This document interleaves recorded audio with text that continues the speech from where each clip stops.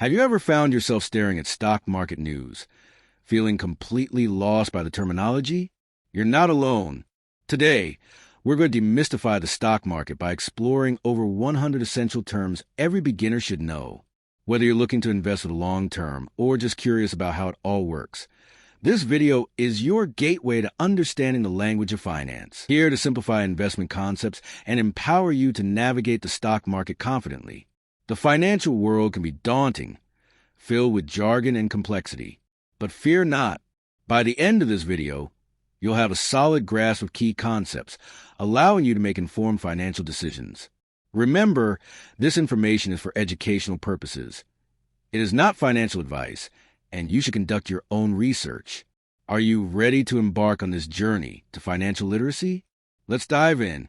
1. What is a stock? Let's kick things off with a fundamental question. A stock signifies ownership in a company.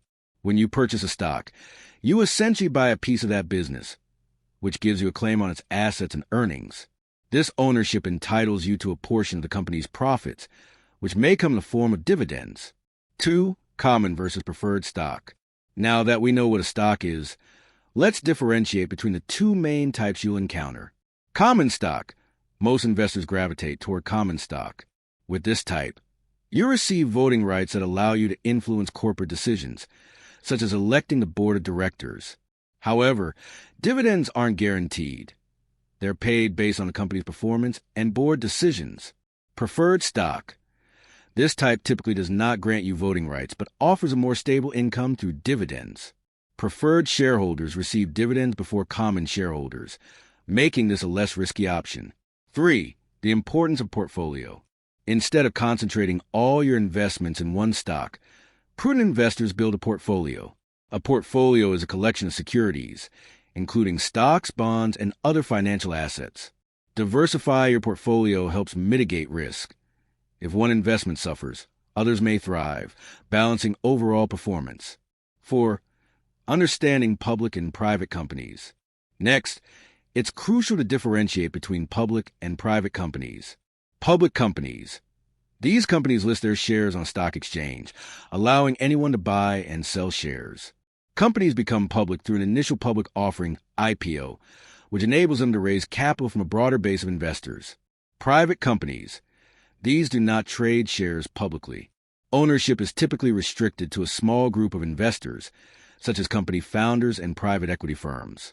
Investors often find opportunities in public companies since they must adhere to strict financial disclosure regulations, providing transparency. 5. Exploring market indices. To understand how the stock market is performing, we often refer to market indices. These are statistical measures that represent a section of the stock market. For example, S&P 500. This index includes 500 of the largest U.S. companies and is often considered a benchmark for overall market performance. NASDAQ Composite. Known for its heavy concentration in technology stocks, the NASDAQ is another major index that investors watch closely. Dow Jones Industrial Average. Comprising 30 large, publicly owned companies, this index is one of the oldest and most recognized. Investors use these indices to gauge market trends and performance over time, providing a reference point for how individual stocks measure up. 6. Understanding stock exchanges and brokerages. Now, let's talk about where the buying and selling happen.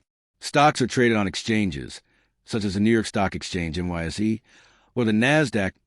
To buy or sell stocks, you'll need a brokerage, which acts as an intermediary between you and the exchange. Brokerages may offer different types of accounts and services, from full-service brokers that provide personalized advice to online brokerages that cater to self-directed investors looking for a lower-cost option. Be mindful of fees associated with trading, as these can affect your overall returns. 7. The mechanics of stock prices. Every stock is identified by a ticker symbol, a unique series of letters that represent the stock. For example, Apple is represented by Apple, and Tesla is Tesla. Stock prices fluctuate throughout the trading day based on supply and demand. The opening price is the first transaction price when trading starts, while the closing price reflects the last price before the market closes. Additionally, the market can react to various factors, such as economic indicators, earnings reports, and geopolitical events, all affecting stock prices. 8. Trading volume and liquidity. Next, let's look at volume, which is a number of shares traded during a specific time frame. Understanding volume is essential for evaluating stock activity. High volume indicates significant interest in a stock, often leading to more stable price movements. Low volume suggests less interest, which can result in more volatility as fewer transactions occur. Liquidity is another vital concept. It measures how easily an asset can be bought or sold in the market without significantly affecting its price. Highly liquid stocks, like those from established companies such as Microsoft or Google, can be traded quickly and are less prone to rapid price swings. 9. Key financial metrics. Investing requires a deep understanding of several financial metrics that can guide your decision-making. Market capitalization. Market cap, the total value of a company, calculated as the stock price multiplied by the total number of outstanding shares. Companies are categorized based on market cap into large cap, mid cap, and small cap stocks. Earnings per share. EPS, this represents the profit allocated to each share of stock, providing insight into a company's profitability. Price to earnings ratio, P ratio, this ratio, calculated by dividing the stock price by EPS, indicates whether a stock is overvalued or undervalued compared to its earnings. 10. Growth stocks versus value stocks. Investors often categorize stocks based on their growth potential. Growth stocks. These are expected to grow faster than the overall market, often reinvesting profits into further expansion rather than paying dividends. They are typically found in tech sectors. Value stocks. These are usually undervalued based on fundamental analysis of their financial health and potential growth. Investors seek these stocks hoping the market will eventually recognize their true worth. 11. Exploring investment funds. Aside from individual stocks, several investment vehicles can help diversify your portfolio. Mutual funds. Pooled investments managed by professionals. They offer exposure to a range of assets and are ideal for investors seeking diversification without managing individual stocks. Exchange-traded funds, ETFs similar to mutual funds but trade like stocks. ETFs can target specific sectors or entire indices, providing flexibility and typically lower fees than mutual funds. Index funds, a type of mutual fund or ETF designed to match the performance of a specific index, allowing investors to gain exposure with lower costs. 12. The difference between passive and active investing. Understanding your investment strategy is crucial. Passive investing. This strategy involves buying and holding assets over the long term to match market returns, often ideal for those looking for lower costs and less frequent trading. Active investing. In contrast, this strategy entails actively buying and selling stocks to outperform market averages, requiring thorough analysis and research. 13. The importance of risk management. Investing inherently carries risks, and understanding these is vital. Systematic risk. This risk affects the entire market due to economic changes, such as recessions or interest rate shifts. Unsystematic risk. This is specific to an individual stock and can be mitigated through diversification. 14.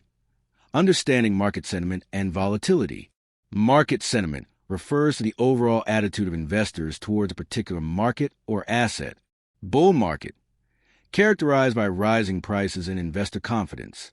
Bear market, defined by declining prices and pessimism. 15. Tools for evaluating performance.